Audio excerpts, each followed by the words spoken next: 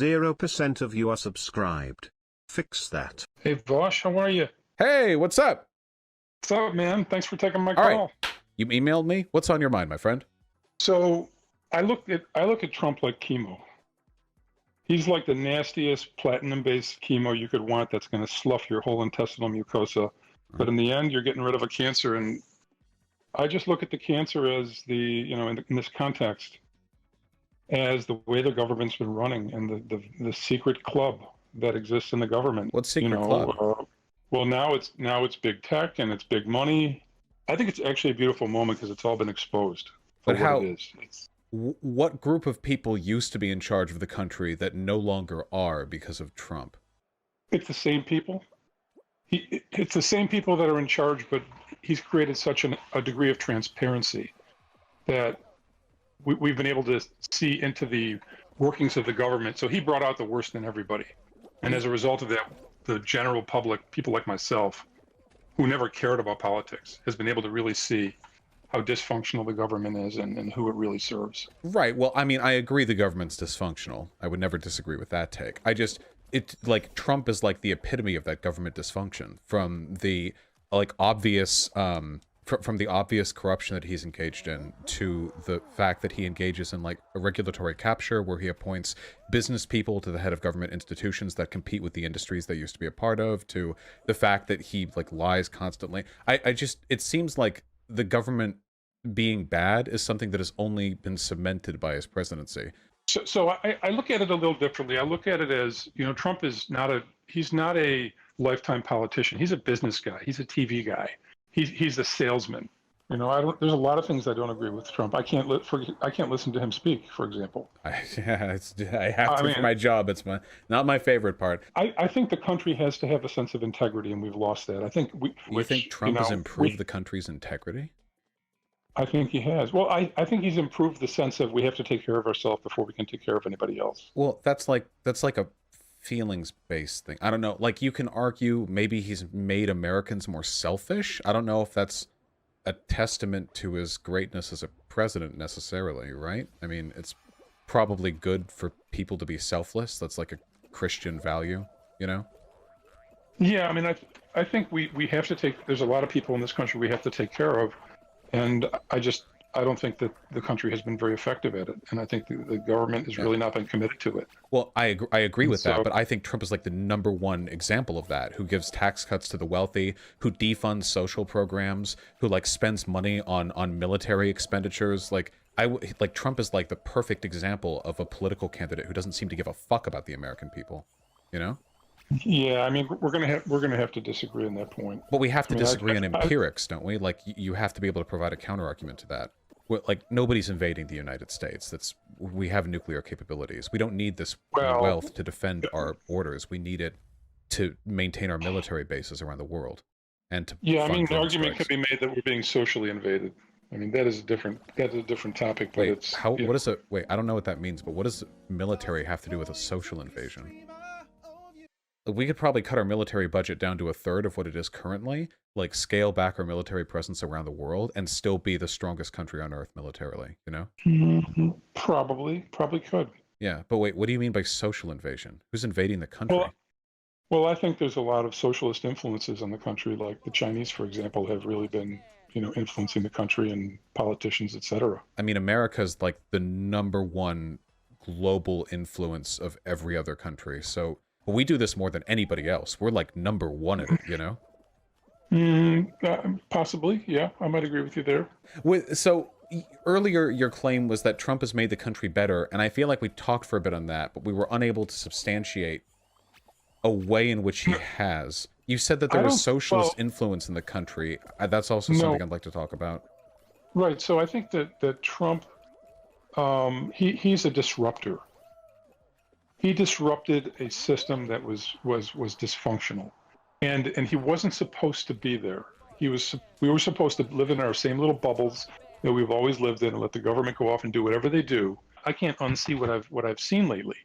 Like, which is shitting your pants in an elevator is destructive. I don't know if that's the same as making the country better.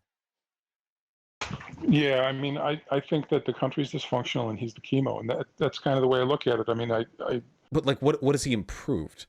Like, what policy or what thing has changed? What Trump?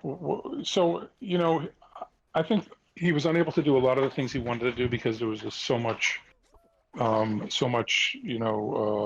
against him. But I think in principle he was moving the country in the right direction, and that was to with what? Like with what? Towards what? I mean, I don't see Trump as I don't see the president as a personality contest. I don't care, I don't care if my cancer surgeon smells like daisies. Like what has he actually done? If you take a look at like all the ways in which a president can affect the country, it seems like he hasn't done anything good, and in some ways he's like measurably hurt our country. Like, well, he hasn't started any policy? wars. He hasn't started any wars. Okay, I mean, he escalated drone striking 3 times, postured war with Iran, attacked Soleimani in an Iraqi airport, and sunk foreign relations. So it seems like he hasn't been the best president for foreign policy. That's true. Could I red pill you on socialism? Do you think that's possible? Please. Okay. May I ask what your profession is, or just generally? You don't have to be specific. I work in the pharmaceutical industry. All right. Oh, that's a rough one. Okay. Wouldn't it be cool as fuck if you and your based-ass coworkers could get together and they could make democratic decisions about how you manage your workplace, and instead of taking all your orders from an autocratic system of managers who are appointed by some CEO who doesn't give a fuck about you or your working conditions? Wouldn't that be super cool? Well, I work in a highly regulated environment that is all controlled globally. I mean, there's people don't make decisions on a lot of the things that we do just off the cuff according to how they feel. Everything is very and it has to be that way. And that's one of the reasons prescription drugs are so damn expensive. Who gives the orders? It's regulated, basically. It's highly regulated. All the documents, everything is regulated. Sure, but even if there are regulations, wouldn't it be preferable for you to have a democratic say in how your workplace is managed? I mean, if there are regulations, that limits your behavior, certainly, but that's not the same as the orders that you receive from on top. Well, whatever orders I receive, I pretty much follow, and part of that is out of knowing that I'm in a regulated industry, and part of that is fear of economic insecurity. I mean, there's various reasons why. So you have to. You're okay with taking orders undemocratically because you fear poverty otherwise. Well, I think it has, to some extent, has to do with faith in the people that you are aligning yourself with. If you believe in the people that you're aligning yourself with, then you can trust that those people will take care of you. Sure, but do you trust your boss? I trust my boss, and I consider him one of my greatest confidants. What if he started? Not only do I trust him, but I respect him immensely. You don't want to be your own boss? I've been my own boss, but right now I work in a large organization whereby we have everybody. The CEO of the company is the one with the most accountability of anybody, and that's the way it should be. Sure, yeah, but what if you elected your CEO? Well, some people they get elected. I mean, a small group of people elect them, but a lot of times that's not really democracy, then, right? I mean, if a CEO is being appointed by the shareholders, that's not really the same as it being democratically voted on by the workers. Yeah, no, you're right. I mean, there's a small group of people that nominate CEOs and chairmen of the board, and it's a lot of time it's meritocracy gets you where you need to be. Sure, but it's not a democracy, though. I mean, I don't know about you, but like, I'm not a big fan of monarchies out here in like in the sort of general mind space, because I like the fact that when I take orders from people, I have a say in them being there. That I have I have degree of participation in the system.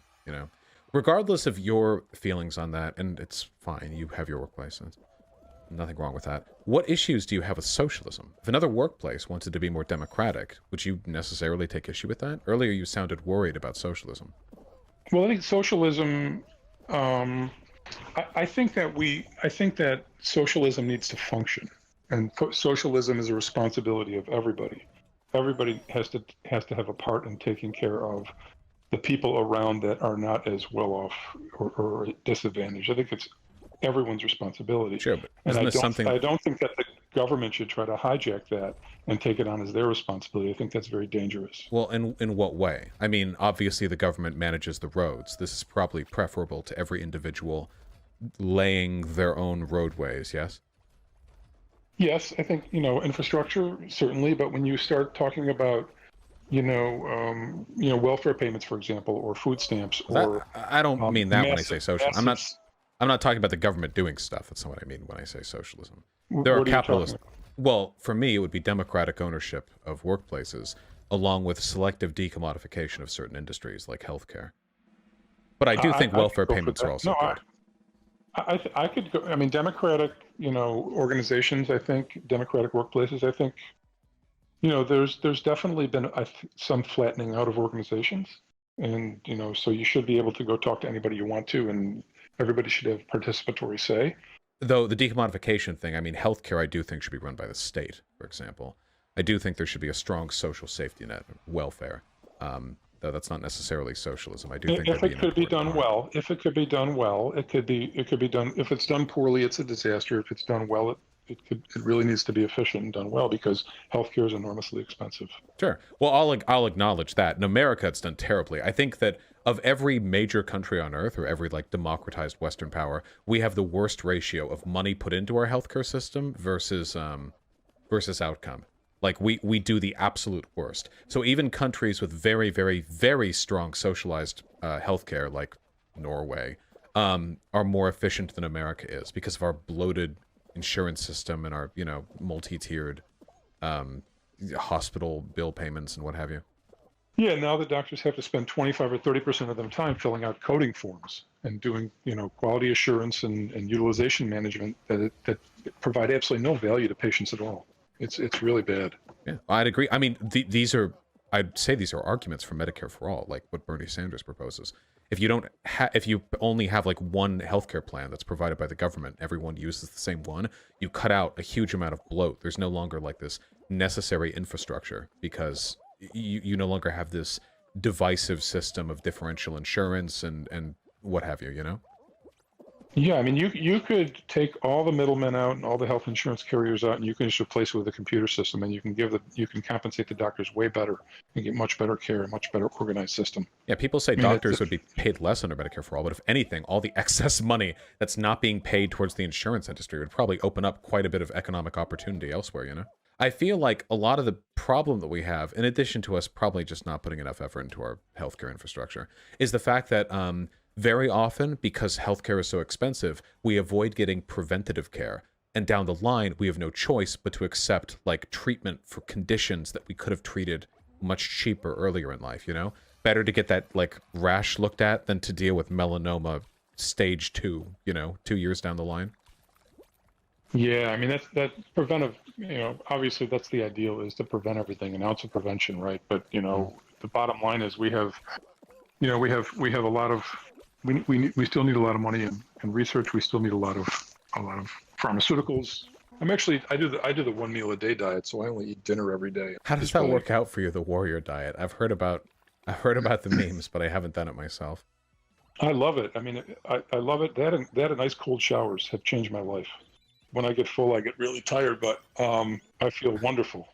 Whatever works. I'm not a nutritionist. I cannot officially comment on the veracity of this or any other diet. I appreciate your time, Vaush. I'm coming away with some new insights and a lot to think about as well. So I really appreciate you giving me. I appreciate you coming on. Seriously, thank you. Thank you, sir. All right, be well. Have a wonderful day, and whether or not you've eaten or will eat, I hope it's a delicious meal. The next one that you get.